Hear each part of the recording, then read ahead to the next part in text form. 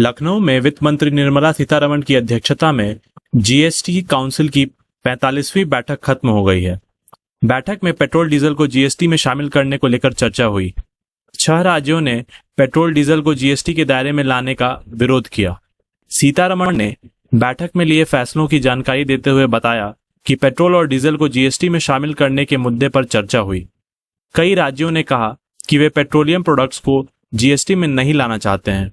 सीतारमण ने कहा कि यह मुद्दा केरल हाईकोर्ट के ऑर्डर पर बैठक के एजेंडे में आया। काउंसिल ने माना कि यह पेट्रोलियम उत्पादों को जीएसटी में लाने का सही समय नहीं है। इसकी जानकारी केरल हाईकोर्ट को भी दी जाएगी। केरल हाईकोर्ट ने कुछ दिनों पहले कहा था कि पेट्रोलियम प्रोडक्ट्स को जीएसटी के दायरे में लाने पर विचार करना चाहिए। बैठक के बाद देर शाम वित्त मंत्री निर्मला सीतारमण ने प्रेस कॉन्फ्रेंस किया। उन्होंने बताया कि जीएसटी काउंसिल की मीटिंग में शुक्रवार को कई बड़े फैसले लिए गए। कैंसर मेडिसिन पर जीएसटी 12% से घटाकर 5% की गई। रेमडेसिविर और हेपरिन पर 5% जीएसटी लगेगा। कोरोना की दवाइयों पर टैक्स छूट 31 तक बढ़ा दी गई। केंद्रीय वित्त मंत्री निर्मला सीतारमण ने कहा कि कुछ जीवन रक्षक दवाएं जो बहुत महंगी हैं, जो बच्चों के लिए ज्यादा इस्तेमाल की जाती हैं, ये कोरोना संबंधित नहीं हैं। ऐसी ड्रग्स को जीएसटी से छूट दी जाएगी। इस पर अब जीएसटी नहीं लगेगा। जोलगेंज्मा और विल्टेप्सो ऐसी ही 2 महत्वपूर्ण ड्रग्स हैं। कोरोना महामारी की दवाओं एम्फोटेरिसिन बी और टोसिलिजुमैब पर जीएसटी नहीं लगेगा। इन दवाओं पर जीएसटी छूट 31 तक बढ़ा दी गई है। मेडिकल इक्विपमेंट्स पर यह छूट लागू नहीं होगा। रेमडेसिविर और हेपरिन पर 5% जीएसटी लगेगा। मस्कुलर एट्रोफी के इलाज में काम आने वाली दवाएं जोलगेंज्मा और विल्टेप्सो को भी जीएसटी में छूट देने का फैसला किया है। इनकी कीमत करीब 16 करोड़ रुपए है। यह छूट पर्सनल यूज के लिए आयात की जाने वाली दवाओं पर मिलेगी। अब तक इन पर 12% जीएसटी लगता था।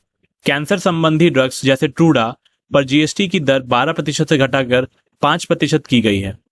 दिव्यांगों के वाहनों पर भी जीएसटी में कमी की गई है।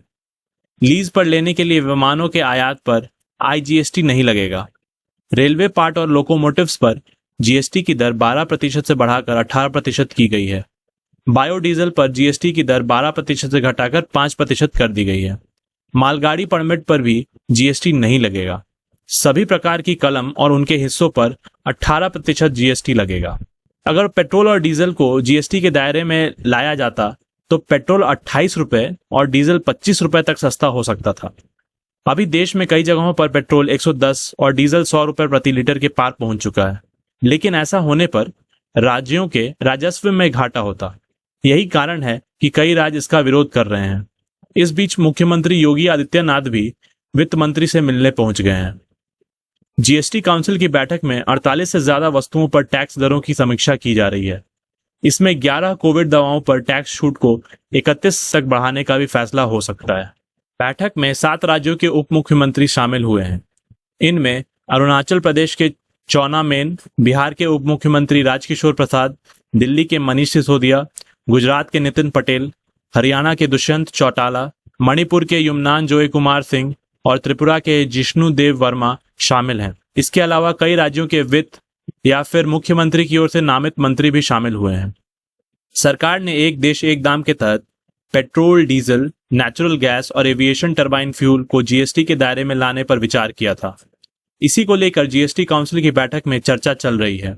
हालांकि अभी तक मिली जानकारी के अनुसार ज्यादातर राज्यों ने पेट्रोलियम पदार्थों को जीएसटी के दायरे में शामिल करने का विरोध किया है। जीएसटी काउंसिल की बैठक में जोमैटो और स्विगी जैसे फूड डिलीवरी एप्स को रेस्टोरेंट की तरह मानने और उनके द्वारा की गई डिलीवरी पर 5% जीएसटी लगाने का फैसला भी लिया है। ऐसा हुआ तो रेस्टोरेंट की जगह फूड डिलीवरी एप्स को जीएसटी सरकार के पास जमा करवाना होगा। इससे ग्राहकों पर कोई असर नहीं पड़ेगा। देश में जीएसटी 1 जुलाई 2017 को लागू हुआ था। इसके तहत केंद्र और राज्यों के अलग अलग टैक्स को खत्म कर एक टैक्स जीएसटी लागू किया गया था। हालांकि पेट्रोल, डीजल, विमान ईंधन, नेचुरल गैस और कच्चे तेल को जीएसटी के दायरे से बाहर रखा गया था। आज की न्यूज में इतना ही। मिलते हैं अगले वीडियो में कुछ और नई और दिलचस्प खबरों के साथ। धन्यवाद।